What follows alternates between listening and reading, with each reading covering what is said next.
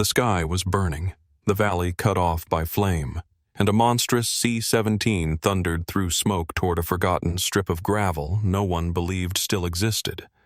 The pilots braced for impact. No lights, no clearance, just faith. Then something unbelievable happened. But what happened next will shock even those who thought they'd seen everything. But first, let's go back to the beginning. Earl Whitaker had never lived a life of ceremony, but he'd built one of consistency. Every sunrise began with the same ritual. Coffee black as soot, one hard stare at the weather-warped horizon, and then work, methodical, quiet, unrelenting. He spoke to the land with calloused hands instead of words, mending fences, oiling hinges, dragging a rake across the gravel strip like a man tracing memory into earth. That airstrip wasn't on any map. It didn't have clearance lights or a radio beacon. What it had was soul. A length of grit and gravel where his brother should have died but didn't, where an engine sputtered out and fate, for once, blinked first. Earl never let the grass grow too high on it. Never let the gravel wash away with spring rain. He kept a faded sign nailed to an old fence post. Emergency landing. Use if needed.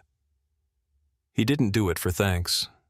Nobody ever landed there after that night in '86.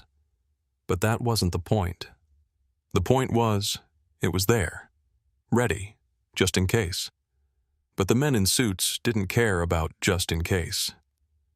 When Redwood Estates, LLC rolled into Mendocino County, they saw views, not veterans. Saw retreat spas and helicopter pads and moneyed couples sipping wine over sunsets that didn't belong to them.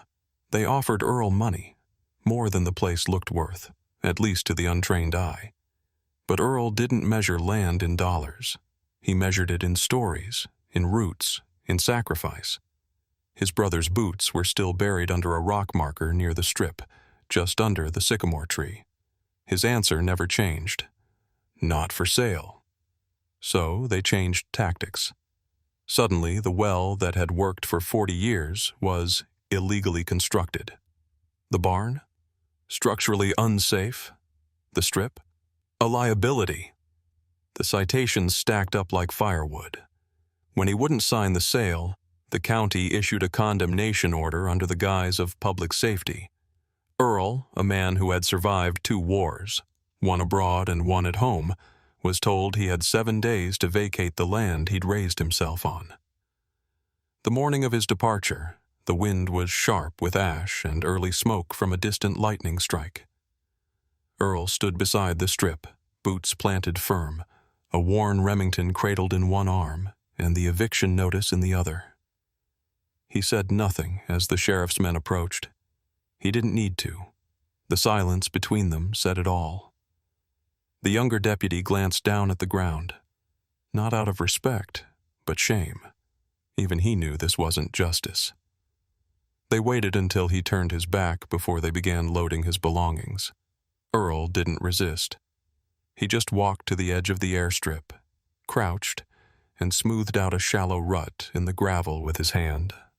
Then he rose, climbed into his battered Chevy, and rolled away, one last time, down a path he had built not for himself, but for someone else's tomorrow. The fire began the way most monsters do, quietly.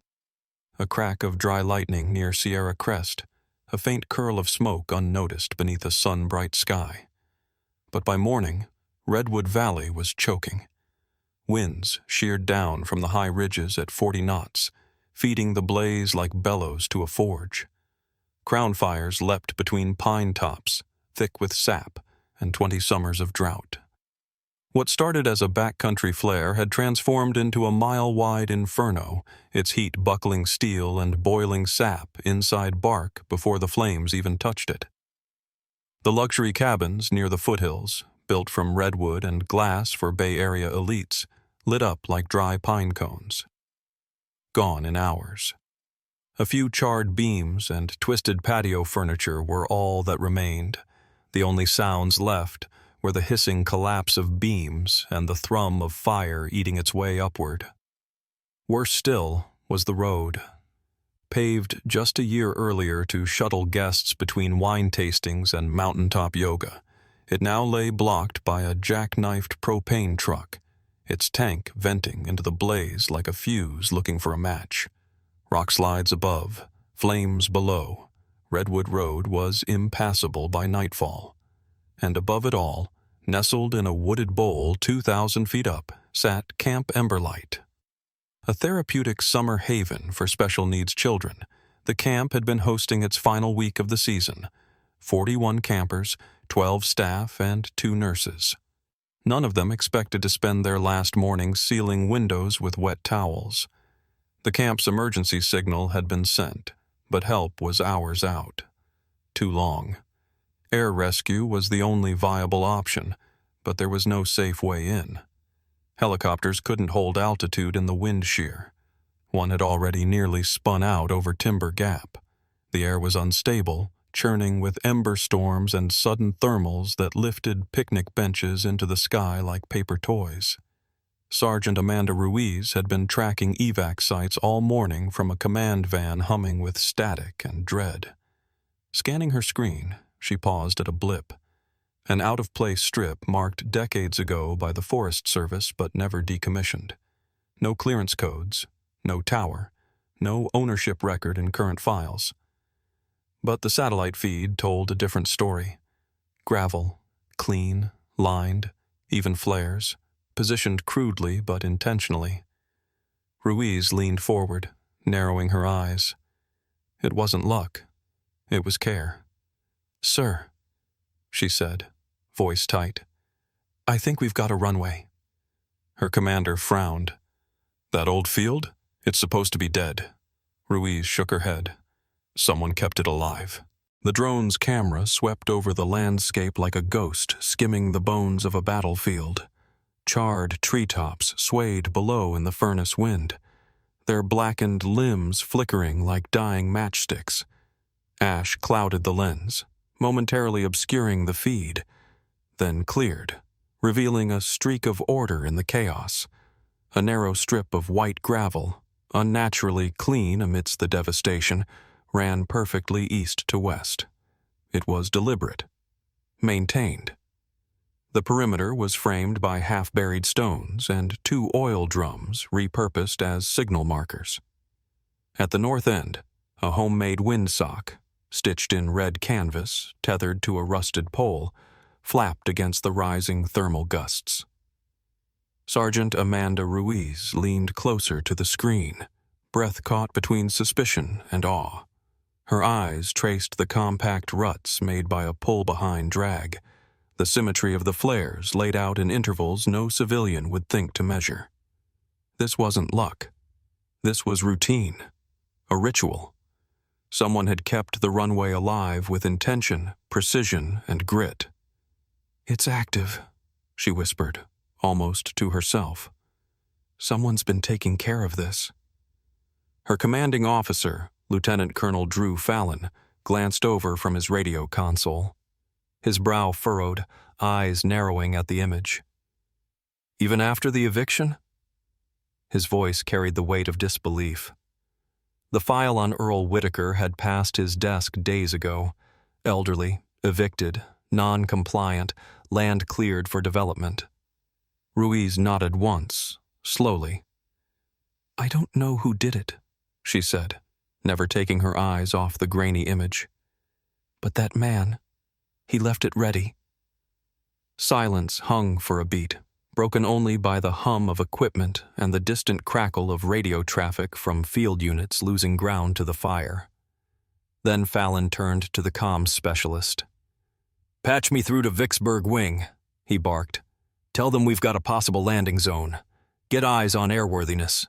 And get me the C-17 team leader." They needed a craft that could touch down where it had no business being. Massive, lumbering, designed for cleared runways and concrete. The Globemaster was their only shot. The pilots hesitated. Wind shear, narrow margins, no navigational aids. It was the kind of landing that demanded not just skill, but faith. But the alternative was unthinkable. Children were trapped. Roads were gone. Helicopters grounded. No other options remained. Ruiz exhaled slowly, her voice firm now, stripped of all doubt. That strip's been waiting for something like this. Fallon nodded grimly. Then let's give it what it's been waiting for. The air was thick as iron, and it smelled of cinders and melting sap. From the cockpit of the C-17 Globemaster, the world looked like the inside of a dying furnace. Scorched hills sloped into ash-choked valleys, trees collapsed inward like blackened ribs, and every gust of wind threatened to flip the script from rescue to crash report. The two pilots, Major Glenn Harlan and Captain Tara Monroe, said little. They didn't need to. They'd both flown into war zones with less turbulence than what Redwood Valley was offering now. They approached low, beneath the radar clutter and thermal bloom. Smoke columns lashed at the windshield like angry ghosts. The sun was a rusted coin, barely visible behind the curtain of soot. Ahead, nestled between skeletal sycamores and glowing embers, lay the impossible, a strip of gravel, white and clean as bone, visible through the haze like some forgotten relic from a better century. No lights, no tower, no margin for error. Just a straight shot through hell. "Flaps full," Monroe called out, hands steady. "Gear down. Throttle to idle on my mark," Harlan replied, eyes locked on the ribbon of salvation below. The descent was brutal. Turbulence pitched the aircraft like a drunk punch. Sudden, jerking, mean. The plane bucked and growled, groaning under the strain of its own momentum. Every warning system blinked red, screaming about approach angles, wind shear, minimum altitudes. They ignored it all. They hit the gravel harder than they wanted. The rear wheels slammed first, jolting the frame. Dust exploded upward, engulfing the fuselage in a suffocating veil. For one breathless moment, it wasn't clear if the brakes would hold. The aircraft skidded, fishtailing left then right, inches from a line of twisted oaks. But then, grip, drag, stillness. The silence that followed was deafening. Then the crew erupted into motion. Rear ramps dropped. Medical teams sprinted across cracked dirt and fire-charred shrubs to reach the evacuees. The campers were soot-streaked and trembling, holding on to each other in stunned silence. Counselors emerged with eyes wide and hollow. A pair of smoke-injured firefighters, skin blistered and packs still strapped, limped out of the tree line toward the waiting aircraft. The soldiers loaded them like lifelines. One by one, fast but careful. Hydration packs, emergency blankets, oxygen masks. It was a ballet choreographed in crisis. No one spoke of the strip, but everyone felt it. This wasn't just a landing. It was a deliverance. And the dusty track that had once been dismissed, neglected, and condemned, the one left behind by a man most had already forgotten, had held firm when nothing else could. He wasn't hard to find once the story caught fire. Earl Whitaker's name had shown up in dispatch logs, quietly tucked beside an annotation on the airstrip coordinates. Maintained by former owner. That phrase, barely noticed at first, took on new weight when national outlets replayed the C-17 touchdown footage on a loop. The plume of gravel dust, the children being carried aboard, the impossibility of it all. Questions began to surface. Who kept the strip clear? Who raked the gravel? Who laid out the flares? And when the dots connected, every news truck within 2 counties started rolling toward Chico. They found him in the back lot of the Golden Drop Inn, the kind of place that had long since surrendered to rust and peeling paint. The neon sign out front buzzed even during daylight. Earl's pickup, a dented Ford F-150, 2 decades past its prime, was backed against a cinder block wall, tailgate down, bed lined with a wool blanket and a flattened foam cooler. He was asleep when the first journalist arrived. Not dead, not hiding, just sleeping like a man who had done what needed doing and didn't expect applause. Earl stirred when he heard the gravel crunch under polished city shoes. He blinked, rubbed the back of his neck, and sat up slow. His denim jacket bore patches from units no longer deployed, and his faded air cavalry cap was pulled low enough to shade the lines etched into his face. The cameras came out quickly. Boom mics hovered like vultures. "Mr. Whitaker, why'd you keep the airstrip operational after you were evicted?" He didn't answer at first, just pulled a bottle from under the blanket, twisted off the cap, and spat a long stream of brown tobacco into it. His eyes drifted to the horizon behind the reporters, toward a sky that was finally blue again. Then he looked at them. Calm, unblinking. "'Cause someday," he said, voice like gravel under tire, "someone was gonna need it more than I did." The journalists froze. That was it. No speech, no bitterness, just truth, clean, hard, and lived. The silence that followed was uncomfortable. They expected grief, maybe rage, but Earl had none of that. He wasn't interested in sympathy. He hadn't stayed for a headline. He'd stayed because duty wasn't something you handed back when the paperwork changed. He reached into the truck bed and pulled out a folded map. Not to show them, just to check something. Then he lit a cigarette with a matchbook from the motel lobby and lay back down. And the cameras, for once, didn't know what else to capture. The sun hadn't yet cleared the ridge when the first convoy rolled into Chico. Not the media this time. Not local sheriffs or county lawyers or grim-faced developers with binders full of contracts. These men wore pressed uniforms, their vehicles olive drab and mud-slicked from the mountain roads. No sirens, no spectacle, just steady engines and a sense of gravity that turned heads on every corner they passed. Earl was already awake when they arrived. He didn't sleep much anymore, and besides, something in his bones had shifted the night before. A quiet stiffness, like the air before artillery. He stood beside his truck, boots planted in oil-stained gravel, as the convoy slowed to a halt.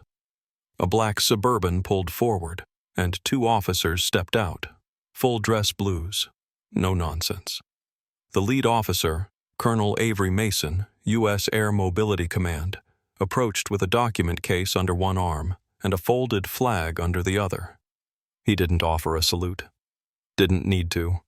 The look in his eyes was one soldier recognizing another. "Mr. Whitaker," he said, "I believe this is long overdue." Earl didn't move, just nodded once, slow. Mason opened the case and pulled out a thick envelope stamped with a federal seal. Inside, an official declaration from the Department of Defense, signed by the Secretary of the Air Force. The language was clear, unwavering, and unlike most government documents, deeply personal. In a nation of forgotten runways, some are kept alive by men who remember what service really means. Below it, the new designation, Emergency Support Landing Site 112W, Whitaker Field. Effective immediately, the land was reinstated as federal auxiliary property, under protection and beyond the reach of county seizure. His ownership restored, his eviction overturned. But there was more. A military engineer handed Earl a laminated map. It marked the strip, not in pencil, but in thick red ink. "This," the engineer said, tapping the page, "is now listed in our Western Operations database. You kept it alive. Now it'll stay that way." Earl took the flag from Mason's hands. It was folded with reverence, the kind reserved for the fallen or the remembered. But today, it was for something still standing. He didn't speak. He didn't need to. Behind him, the motel manager had stepped out, speechless. A few townspeople had gathered. Someone started clapping. Just one at first, then another, then more. It wasn't just a return of property. It was the return of honor, long delayed but not forgotten. A man, a field, and a quiet kind of service, finally seen, finally named. Whitaker Field.